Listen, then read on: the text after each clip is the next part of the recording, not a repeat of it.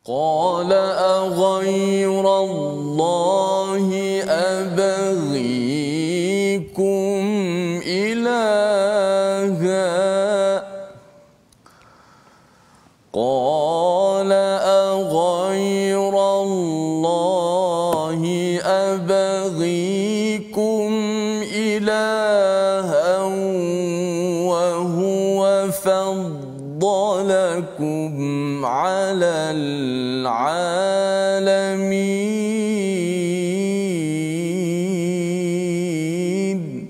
صدق الله. Assalamualaikum warahmatullahi wabarakatuh. Alhamdulillah wassalatu wassalamu ala Rasulillah wa ala alihi wa man wala syada la ilaha illallah syada Muhammadan abduhu wa rasuluh.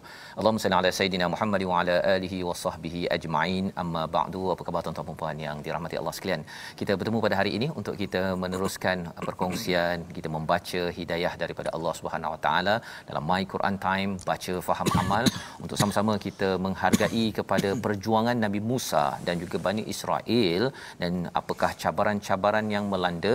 Dan kalau kita lihat kepada kisah semalam bahawa sebenarnya Nabi Musa dan juga Bani Israel sudah pun diselamatkan oleh Allah Subhanahu Wa Taala, dan kita akan menyambung apakah babak seterusnya yang perlu kita fahami untuk kita ambil pelajaran pada hari ini untuk pedoman kita bersama. Pada hari ini kita bersama dengan Ustaz Tirmizi Ali. Apa khabar Ustaz?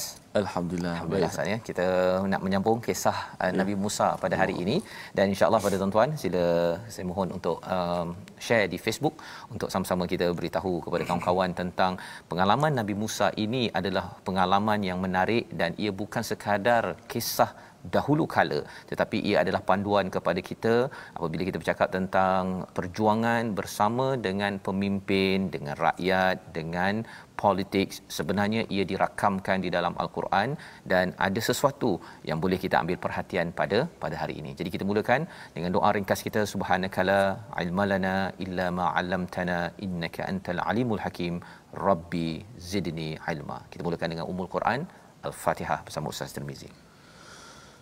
أعوذ بالله من الشيطان الرجيم. بسم الله الرحمن الرحيم. الحمد لله رب العالمين. الرحمن الرحيم. مالك يوم الدين. إياك نعبد وإياك نستعين. اهدنا الصراط المستقيم. صراط الذين أنعمت عليهم غير المغضوب عليهم ولا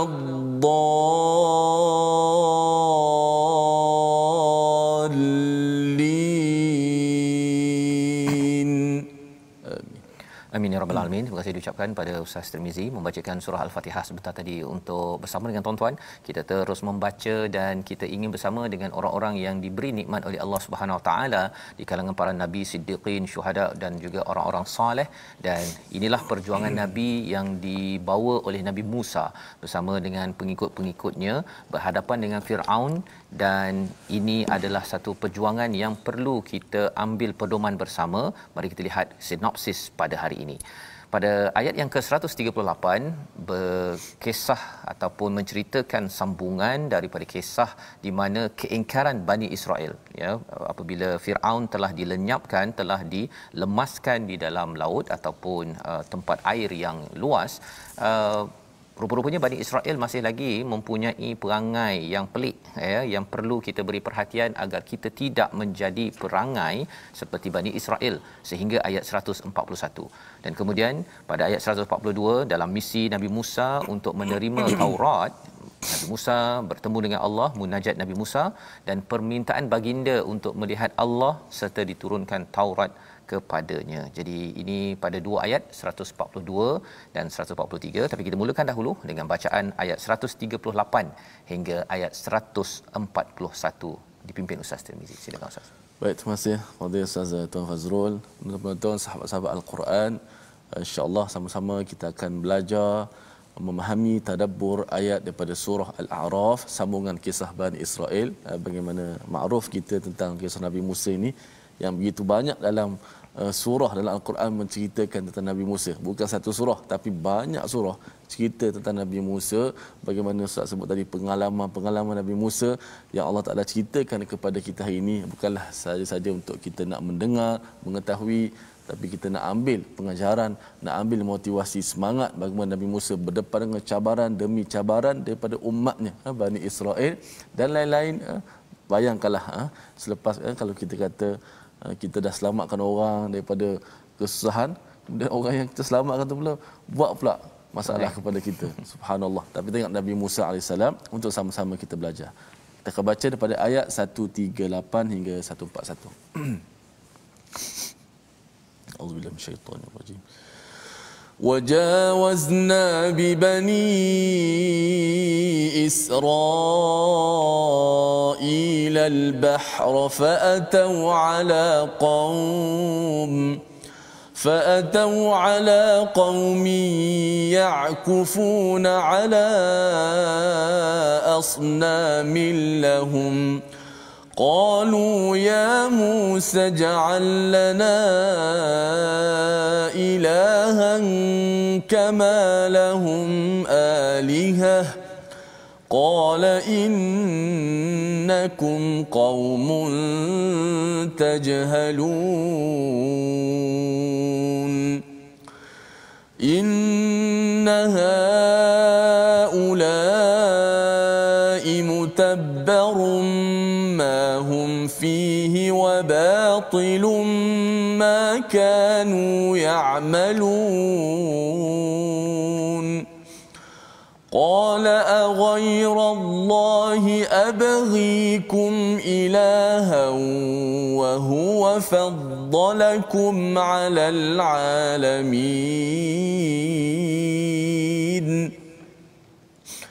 وإذ أنجيناكم من آل فرعون يسومونكم سوء العذاب يقتلون أبناءكم ويستحيون نساءكم وفي ذلكم بلاء من ربكم عظيم. صدق الله العظيم. Surah Al-Azim, gitulah bacaan daripada ayat 138 hingga ayat 141 asasnya, menyambung kepada kisah semalam. Kita sudah pun melihat bahawa Fir'aun dan kuncu-kuncunya, pengikut-pengikutnya itu semuanya telah dihancurkan. Wa dammarna ma kana yasna'u fir'aun wa qaumuhu wa ma kanu ya'rishun, dan juga apa yang telah mereka bina selama ini. Itu yang kita baca pada ayat 137. Dan apakah yang berlaku kepada Bani Israel, ya, pengikut kepada Nabi Musa yang telah ditekan oleh Fir'aun? Allah kata wajawazna, dan kami selamatkan Bani Israel. Allah tak nyatakan tajawazu Ustaz, ya. Kat sini wajawazna maksudnya kredit ataupun yang berkuasa menyelamatkan mereka itu adalah Allah Subhanahu Wa Taala, bukan mereka yang berusaha. Sudah pastinya pasal bercakap tentang laut terbelah, ya, boleh selamat lagi, itu sudah tentu itu bukan hal manusia. Mana boleh manusia boleh membelah lautan, ya, kecuali apabila Allah menyatakan wajawazna bi bani Israil al-bahr fa'atau ala qaumin, mereka berjumpa dengan satu kaum yang menyembah, ya, yaqufuna ala asnam, maksudnya mereka ini beriktikaf lah Ustaz, ya. Iktikaf ni ada kaitan dengan yaqufun ini, maksudnya mereka konsentrate, fokus kepada apa? Kepada berhala mereka. Sebabnya kalau kita dalam iktikaf, kita konsentrate untuk beribadah pada bulan Ramadan ataupun di masjid, tak semestinya bulan Ramadan, tetapi mereka iktikaf konsentrate pada apa? Pada asnam, pada mereka. Qalu, kata Bani Israel pada waktu ini ialah ya Musa, ya. Ini kira baru lepas ini Ustaz, ya, baru kena selamatkan daripada Firaun, dia dah bercakap kepada Nabi Musa, ya Musa ij'al lana, ya, jadikanlah, berikanlah kepada kami ilahan kama lahum alihah. Kalau boleh jadi berilah kami satu Tuhan seperti mana mereka ada Tuhan. Ini nak ceritanya orang apa tak berapa bijak ustaz ya. Itu yang Nabi Musa bercakap di hujung itu, qala innakum qaumun tajhalun. Kamu ni memang bodoh kan. Ya, berbanding dengan ahli sihir ini memang mereka adalah orang-orang yang kita lihat sebelum ini. Orang yang berilmu, dia bila dia dalam keadaan sesat tetapi bila dia ada nampak kebenaran, nampak mukjizat daripada Nabi Musa alaihi salam, nampak kelebihan-kelebihan yang ada, terus sujud dan beriman pada Allah walaupun dibunuh, ya. Mereka sanggup berjuang, itu kepentingan ilmu. Tetapi orang Bani Israel ini ialah Nabi Musa menyatakan bahawa kamu ni memanglah tak bijak betul, kan.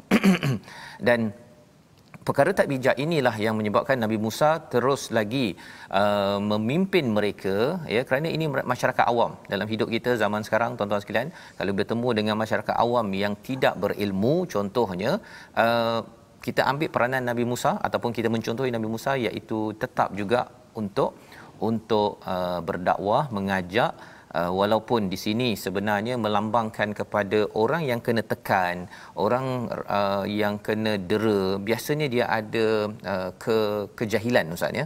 Dan kejahilan tu dia boleh relapse, dia boleh berulang kembali kecuali apabila kita ingatkan berkali-kali. Jadi itu normal yang perlu dibuat oleh pemimpin-pemimpin. Tapi syaratnya pemimpin pun kena bijak, ya. Kalau pemimpin pun jahil sekali, jadi dia menghasilkan jahil murakkab ustaz, ya. Jahil kuasa 2, kuasa 3, pemimpin membodohkan rakyat ataupun rakyat yang diseleweng oleh pemimpin.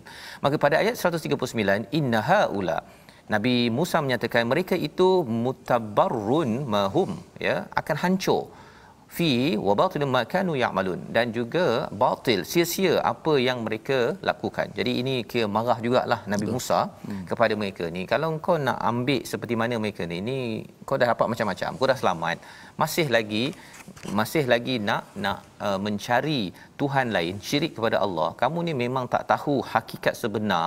Perjuangan ini bukan perjuangan nak selamat daripada Firaun, tetapi perjuangan untuk menuju kepada ketauhidan kepada Allah Subhanahu Wa Taala. Jadi orang yang tak berapa bijak, dia nampak benda yang depan mata sahaja. Tetapi orang yang bijak sedikit, yang perlu dididik, ialah dia nampak bahawa kalau dapat sesuatu, selamat sesuatu, bukan kerana melawan manusia, tetapi untuk bertemu ataupun mengesakan pada Allah Subhanahu Wa Taala. Jadi seterusnya Nabi Musa menyatakan pada ayat 140, qala aghairallah, ya, iaitu patutkah, ya, nak cari selain daripada Allah, abghikum, aku carikan untuk kamu ilaha, Tuhan lain, wa huwa faddalakum 'alal alamin. Allah telah muliakan, telah memberikan keistimewaan atas seluruh alam kepada kamu. Apakah yang diberikan kepada Bani Israel? Mereka itu ditindas, kemudian mereka diselamatkan. Mereka tidak perlukan tentera untuk berlawan dengan Firaun. Firaun mengejar mereka, Allah hanya perintahkan kepada Nabi Musa dengan tongkat mukjizatnya, akhirnya terbelah lautan dan selamat.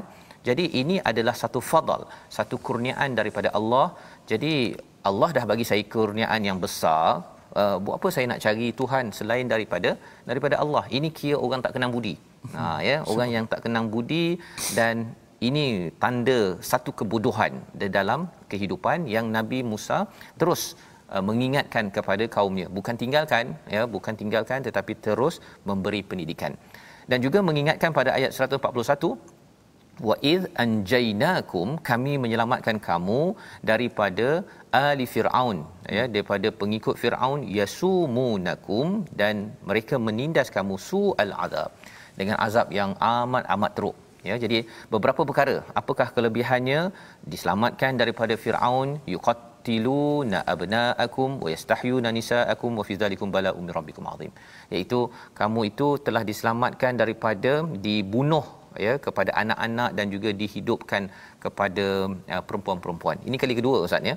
Kali pertama dulu masa Nabi Musa ketika belum lahir, Firaun bermimpi, ya, pada waktu itu dibunuh semua anak lelaki, ya, tetapi selamat Nabi Musa. Waktu itu dah kena sekali.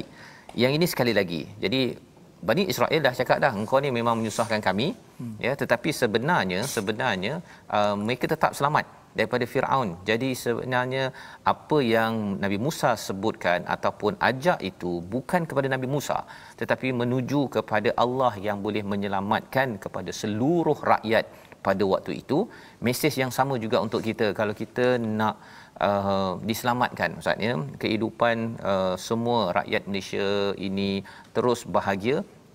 Kalau nak selamat, kita mestilah pastikan bahawa semua di kalangan kita menuju kepada Allah Subhanahu Wa Taala, ada integriti ya, tidak terlibat dengan kerosakan kuasa, rasuah ya, kerana itu adalah perkara-perkara yang berlaku di peringkat Firaun dan kuncu-kuncunya.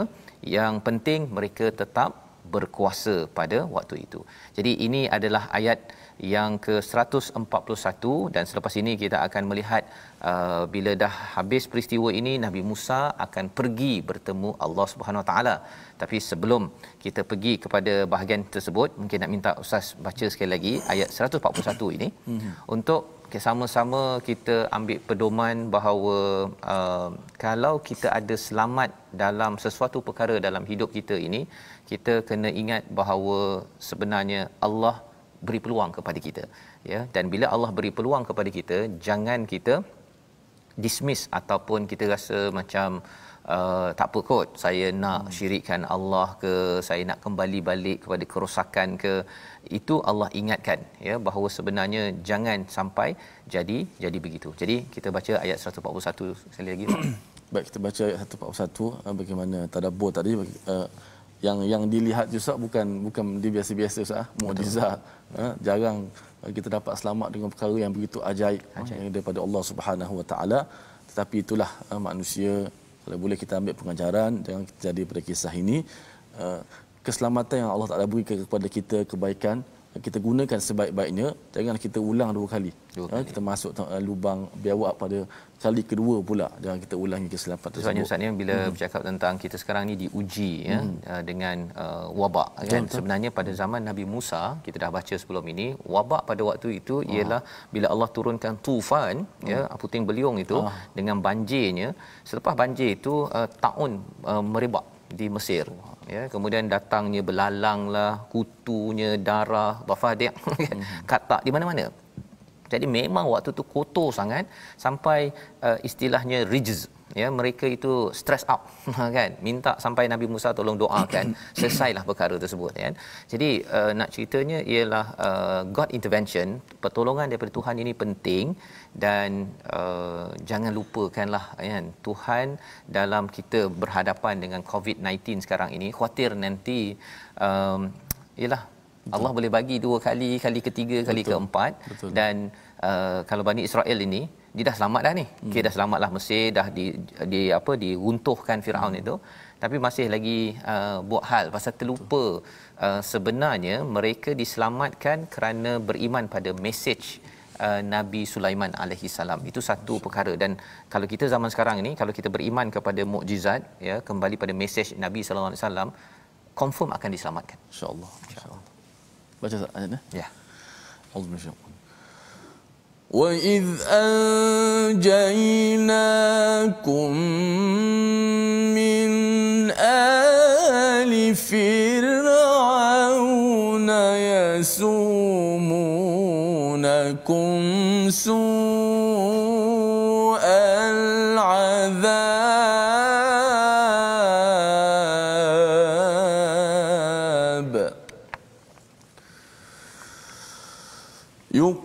يقتلون أبناءكم ويستحيون نساءكم وفي ذلكم بلاء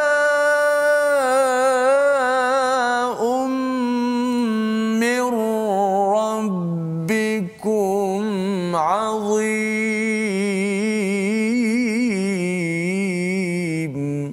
صدق الله. Surah Al-Azim, maksud daripada ayat yang ke-141, dan ingatlah wahai Bani Israel ketika kami menyelamatkan kamu daripada Firaun dan kaumnya yang menyiksa kamu dengan siksaan yang sangat berat. Mereka membunuh anak-anak lelakimu dan membiarkan hidup anak-anak perempuanmu, dan pada yang demikian itu merupakan ujian yang besar dari pada Tuhanmu. Jadi ini adalah ekstrim kepada satu kezaliman daripada Firaun dan juga kuncu-kuncunya ahli Firaun. Jadi apabila kita mengambil pelajaran pada tahun ini ustaz ya, sebenarnya mungkinlah kita tak berhadapan dengan pemimpin yang tahap Firaun. Ya, tetapi kita doakan agar pemimpin kita sendiri bukanlah mini Firaun. Apa maksud mini Firaun? Firaun kecil yang menekan kepada orang di bawah. Ya, bila bercakap tentang pekerja, okey, saya tak nak bayar gaji pekerja ataupun saya bayar sikit je, kan? Biar saya ambil untung yang besar. Ini yang berlaku dalam banyak tycoon ataupun conglomerate ustaz ya, company-company besar. Dia kalau boleh dia nak bagi untung paling besar kepada dia punya dia punya investor, pelabur dia. Pekerja tak kisah, kan? Kalau rasa nak buang dia, kalau nak tekan dia, yang penting saya kaya. Ataupun pemimpin yang dia tak kisah rakyatnya makan ke tak makan, yang penting saya dapat makan di hotel 5 bintang, kereta saya bersusun. Jadi ini adalah lambang kepada Firaun kecil ya, yang berlaku sepanjang sejarah. Jadi kalau katakan kita ada menjadi pemimpin, kita kena check sama ada kalau saya jadi pemimpin bagi sebuah organisasi, negeri ataupun negara, ada tak orang di bawah itu yang tertindas. Kalau orang di bawah tu tertindas, kita tak kisah pun, yang penting saya boleh hidup saya dengan aman, damai, dan jangan kacau. Kalau nak tegur-tegur saya ke jangan tegur.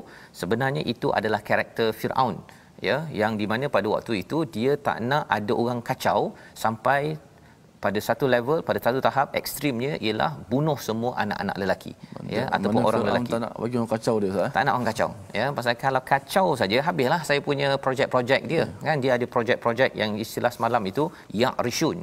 Ya'rishun itu dia punya arash dia kan, dia punya singgah sana itu jangan kacau. Nak maintain bukannya murah ustaz ya.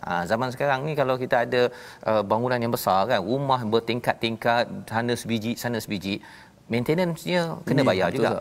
Jadi kalau kurangkan allowance kepada pemimpin dia kata apa pasal kurangkan pula kan. Padahal sebenarnya bagi satu keluarga ada yang mungkin perlukan RM10 boleh makan tengah hari untuk satu keluarga.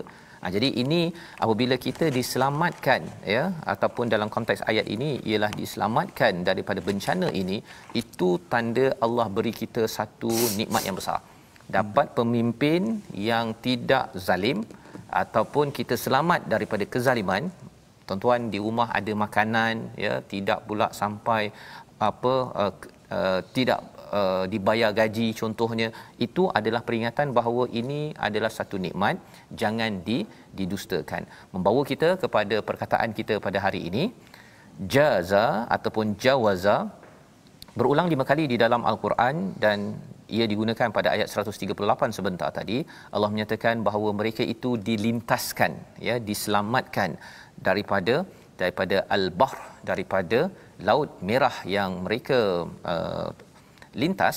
Padahal pada Firaun, pada pengikut yang lain, sebenarnya mereka tenggelam. Sebenarnya Bani Israel pun boleh tenggelam sekali dengan Nabi Musa, tetapi bila selamat dalam hidup kita, mungkin ada masalah COVID, kita ada masalah ekonomi, tapi kita masih lagi boleh makan, boleh minum, bekerja, itu tandanya kita sebenarnya diselamatkan Allah dalam cabaran. Kita kena berusaha, bersyukur dan terus berjuang, jangan mensyirikkan Allah SWT. Kita kembali semula, kita berehat, My Quran Time, baca faham amal insya-Allah.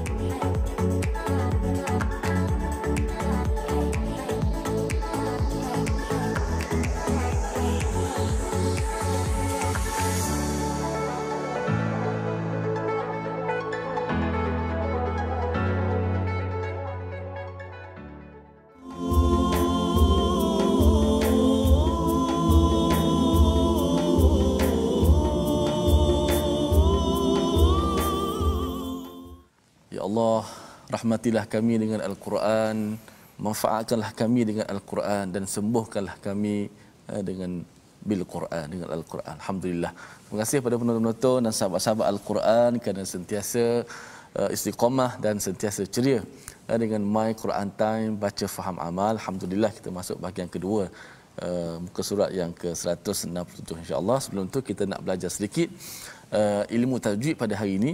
Kita masuk hukum yang baru ialah berkaitan dengan nun, mati dan tanwin. Kita dah belajar mula-mula izhar, hukum pertama. Yang kedua kita dah belajar apa? Idgham kan.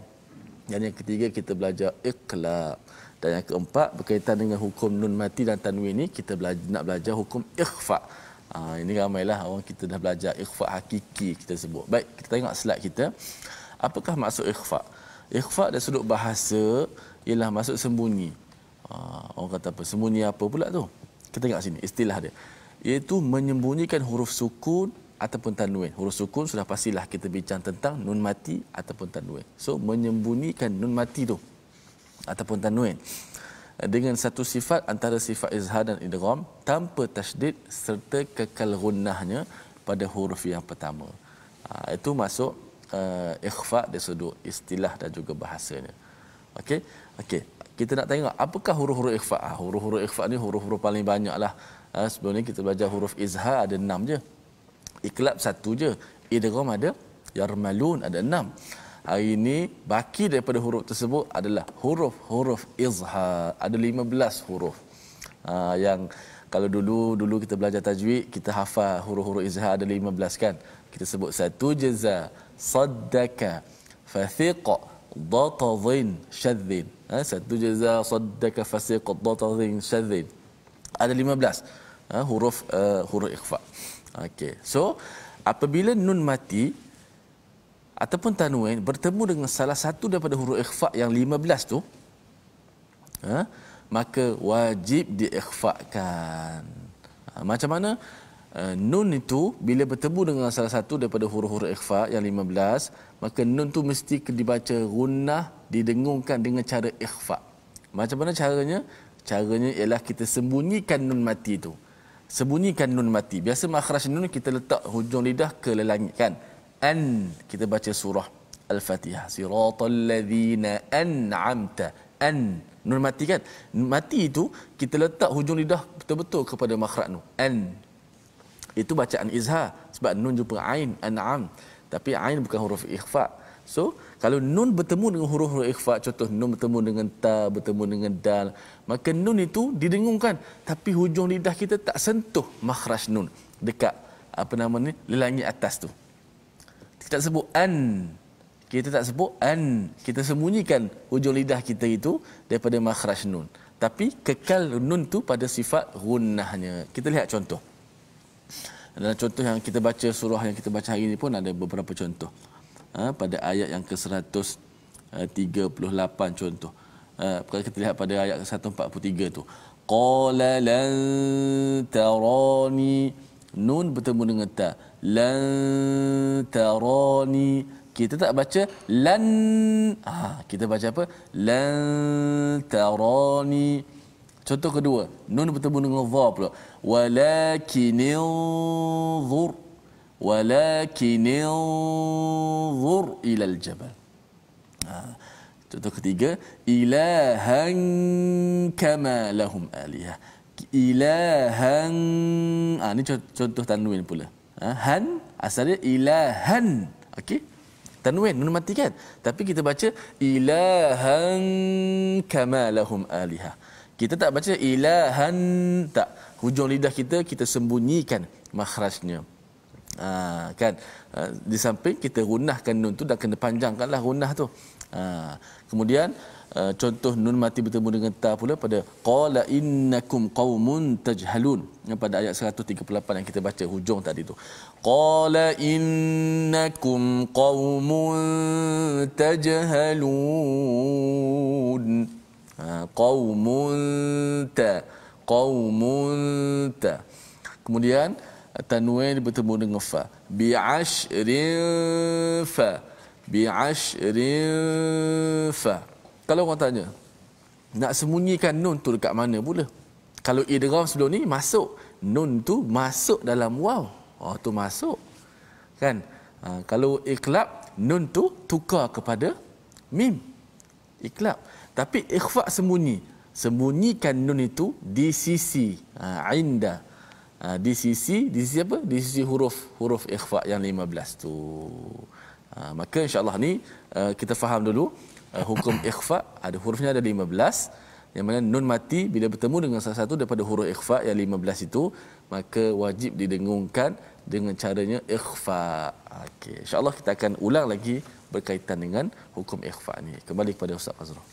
Baik, terima kasih diucapkan pada Ustaz Tirmizi menjelaskan tentang nun sakinah, ya, nun mati Ustaz, ya, dan juga tanwin, bagaimana untuk kita membacanya dengan tepat, dan moga-moga itu memberikan pencerahan, ya, ulang kaji bagi tuan-tuan yang sudah pun belajar di sekolah rendah ataupun di sekolah menengah, dan mungkin baru bagi sebahagian. Kita cuba membacanya dengan jelas agar Allah mudahkan kita, insya-Allah. Kita ingin menyambung Ustaz, ya, ayat yang ke-142 dan ayat 143, di mana apabila Nabi Musa, ya, telah pun mengingatkan kepada kaumnya, ini kira round 1 lah tadi, ya, round 1 tu maksudnya ialah Nabi Musa mengingatkan kepada kaumnya selamat daripada Firaun dan juga kuncu-kuncunya ahli Firaun.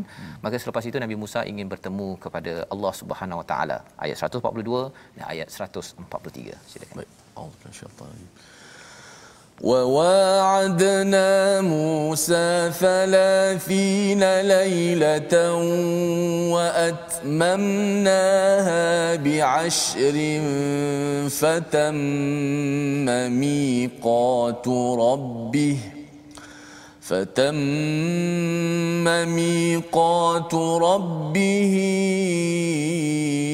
40 ليلة. وقال موسى لأخيه هارون اخلفني في قومي وأصلح ولا تتبع سبيل المفسدين. ولما جاء موسى لميقاتنا وكلمه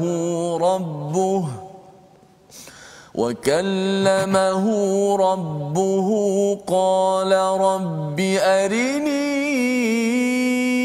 أنظر إليك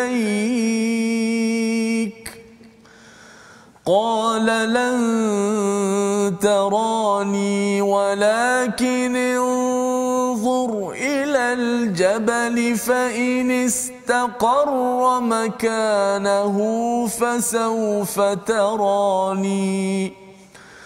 فلما تجلى ربه للجبل جعله دكا وخر موسى صعقا. فلما أفاق قال سبحانك تبت إليك وأنا أول المؤمنين. صدق الله العظيم. Surah Al-Azim, itulah bacaan dua ayat 142 dan 143, ya. Jadi kita sudah pun melihat kepada bagaimana kepada pengikut Nabi Musa, Bani Israel itu sudah pun diselamatkan, dan ketika dah selamat itu pun mereka masih lagi ada identity conflict, ya. Mereka kerana pernah ditekan, mindsetnya itu tidak berilmu, ya, tajhalun, ikut pada emosi, ya. Bila emosi mengikut ke melangkau daripada akal, ia menyebabkan seseorang itu tidak normal ataupun tidak berfikir dengan cara yang jelas dalam kebenaran. Tetapi ia masih lagi dididik oleh Nabi Musa, ya, iaitu Allah telah beri kamu macam-macam, ya. Zaman kita ingatkan bahawa kita dah diberi macam-macam, mengapa lagi nak pilih kepada syirik kepada Allah? Kalau kita tak suka, kalau pengikut Nabi Musa tak suka pada Firaun kerana dia syirik, mengapa kena ambil syirik pula masuk ke dalam diri Bani Israel itu sendiri, ya. Kalau kita tak suka kepada, mungkin ada orang di dalam kehidupan kita yang dia sombong, dia tak kisah pun kepada hak orang-orang di sekelilingnya. Tapi dalam masa yang sama, kita sendiri jangan pula melakukan syirik, kerana kita ada potensi untuk jadi mini Firaun pada bila-bila masa. Cuma kuasa belum sampai lagi saja, tapi bila sudah sampai, dia boleh bertukar, keluar tanduk daripada dirinya. Jadi selepas daripada diingatkan perkara tersebut, wa wa'adna Musa, dijanjikan kepada kami, janjikan pada Musa 30 hari dan dilengkapkan 10 lagi untuk mendapat apa?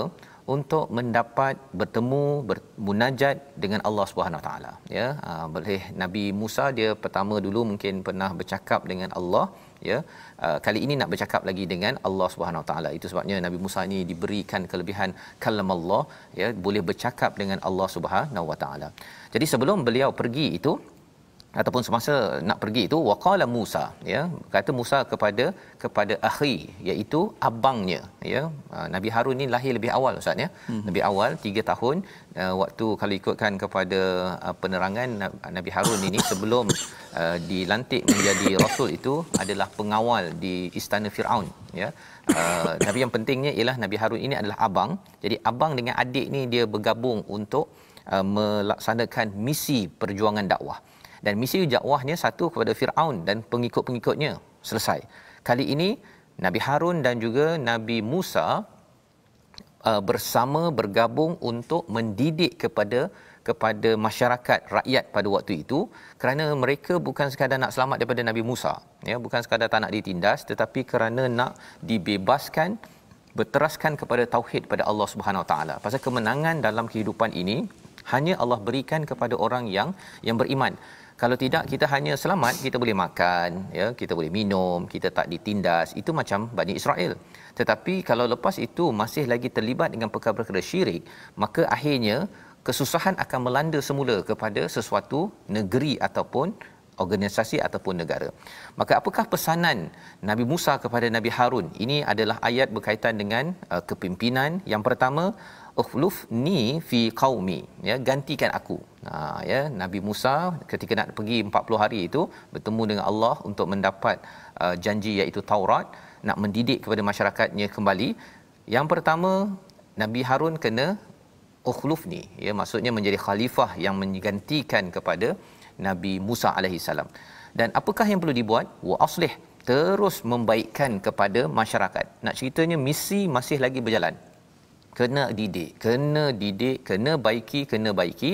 Yang itu Nabi Musa dan Nabi Harun. Nabi Musa percaya pada abangnya Nabi Harun, pasal Nabi Harun ni pandai bercakap ustaz, Di antara Nabi Musa dan Nabi Harun ini, Nabi Harun lebih petah bercakap berbanding dengan Nabi Musa. Tetapi yang menyebabkan Nabi Musa ini boleh memimpin selama ini ialah kerana bahagian yang hujung itu, wala tattabi' sabilal mufsidin. Jangan kamu ikut kepada jalan orang-orang yang melakukan kerosakan. Yang ini kekuatan Nabi Musa. Nabi Musa ni dia punya karakternya amat strong, amat kuat, sehingga kan dia boleh menguruskan kepada Bani Israel ramai yang degil-degil ni. Yang tadi itulah, bila dah selamat, nak Tuhan lain lah kan. Bila katakan di tempat lain Nabi Musa ni diminta, kalau surat Baqarah tu biasa minta sah. Dia minta lebih-lebih. Kan, nak tengok Tuhan lah, nak dapat apa, dah beri manna wasalwa, nak dapatkan makanan bawang, kacang sebagainya. Jadi nak handle, nak uruskan orang-orang begini, perlukan karakter Nabi Musa yang jenis pam. Dia bukannya jenis Nabi Harun, dia lembut sikit. Dia pandai bercakap, tapi dia agak lembut. Dan dalam hidup kita pun kita ada nampak karakter itu ustaz, Ada orang dia cakap tak berapa sangat, tapi karakternya pam. Ada orang yang dia bercakap okey, tapi dia mungkin agak lembut sikit. Jadi dua-dua karakter ini zaman sahabat ada Abu Bakar, ada Umar. Umar itu dia bukan bercakap sangat, tapi bam itu memang karakter dia. Kerja jalan. Jadi kombinasi dua perkara itu penting. Pasal kalau bam keras sangat pun orang akan ni juga. Tapi kalau bercakap sahaja pun mencabar juga, Jadi dua-dua itu saling melengkapkan. Jadi cabaran kepada Nabi Harun ini ialah menguruskan al-mufsidin, orang yang berbuat kerosakan. Kita akan tengok kisahnya yang akan datang di mana Nabi Harun gagal sikit menguruskan orang-orang ini ustaz, iaitu Samiri, tapi kita tak tengok lagi sekarang. Jadi Nabi Musa pun pada ayat 143 bertemu dengan Allah. Wa lamma jaa Musa limiqatina, pada waktu yang kami tentukan, wa kallamahu, dan bercakaplah ya Allah kepada Nabi Musa, dan pada waktu itu Nabi Musa berkata dulu ya, Rabbi arini anzur ilaik. Tuan-tuan beri perhatian kepada istilah Rabbi arini anzur ilaik. Yang pertama ialah arini, ya Tuhanku, berilah aku peluang untuk tengokmu. Ara ini tengok sepintas ustaz ya, sekali. Itu ara, arini. Tetapi ada perkataan anzur. Anzur ini maksudnya nak tengok lama-lama. Jadi bila Nabi Musa ni dia bukan sekadar nak tengok sekali saja, itu yang pertama arini, tapi anzur itu nak tengok lama-lama pada siapa? Ilaik, kepada Allah Subhanahu Wa Taala. Maka jawab Allah Subhanahu Wa Taala, lan tarani, kamu tidak mungkin dapat, lan itu ada ya, tidak mungkin akan dapat lihat walau sepintas. Lan tarani bukannya lama-lama ya, sepintas pun tidak. Tetapi kamu, apa yang kamu boleh buat, kamu tengok lama-lama kepada jabal. Ada gunung dekat situ. Fa inistaqarra, kalau jabal ataupun gunung itu kekal, barulah kamu boleh tengok sepintas kepadaku. Jadi Allah memujuk kepada Nabi Musa. Nabi Musa rindu nak melihat kepada Allah Subhanahu Wa Taala di dunia ini. Dia kata okey, test dulu, tengok kepada gunung. Kalau gunung ni okey, kamu boleh tengoklah sekali kan, sepintas. Jadi falamma tajalla, apabila Allah menunjukkan kepada jabal, ja'alhu dakka, bukan sekadar kalau katakan gunung yang berais ustaz ya, kalau diletakkan cahaya matahari dia akan meleleh, dia akan cair sikit. Tapi ini bukannya lebur itu sikit, boom terus habis ya, dakka, habis, hancur gunung tersebut. Wa kharra Musa sa'iqa, apa kesannya bila Nabi Musa tengok kepada gunung yang hancur tersebut, maka pengsan Nabi Musa ya. Nak ceritanya pengalaman, mudahnya kalau katakan gempa bumi pun orang boleh pengsan ustaz ya, pada skala Richter yang tinggi 7 ke 8. Ini bukan sekadar gempa bumi, ini adalah hancur gunung ya, hancur gunung tersebut. Falamma afaq, apabila bangun Nabi Musa, kata Nabi Musa, subhanak, maha sucimu ya Allah, aku bertaubat kepadamu dan aku adalah orang yang paling awal untuk beriman. Kalau Nabi Ibrahim cakap awal muslimin ya, yang menyerah pada Allah, di sini Nabi Musa menyatakan awalul mukminin. Mengapa? Kerana ini adalah permintaan iman. Permintaan iman. Kalau Nabi Ibrahim bercakap tentang bila ada ujian-ujian itu adalah nak menyerah kepada Allah, itu namanya muslimin ya. Kita menyerah, ikut ya Allah, apa-apa sahaja aku serah diri aku, diuji macam mana aku serahkan padamu.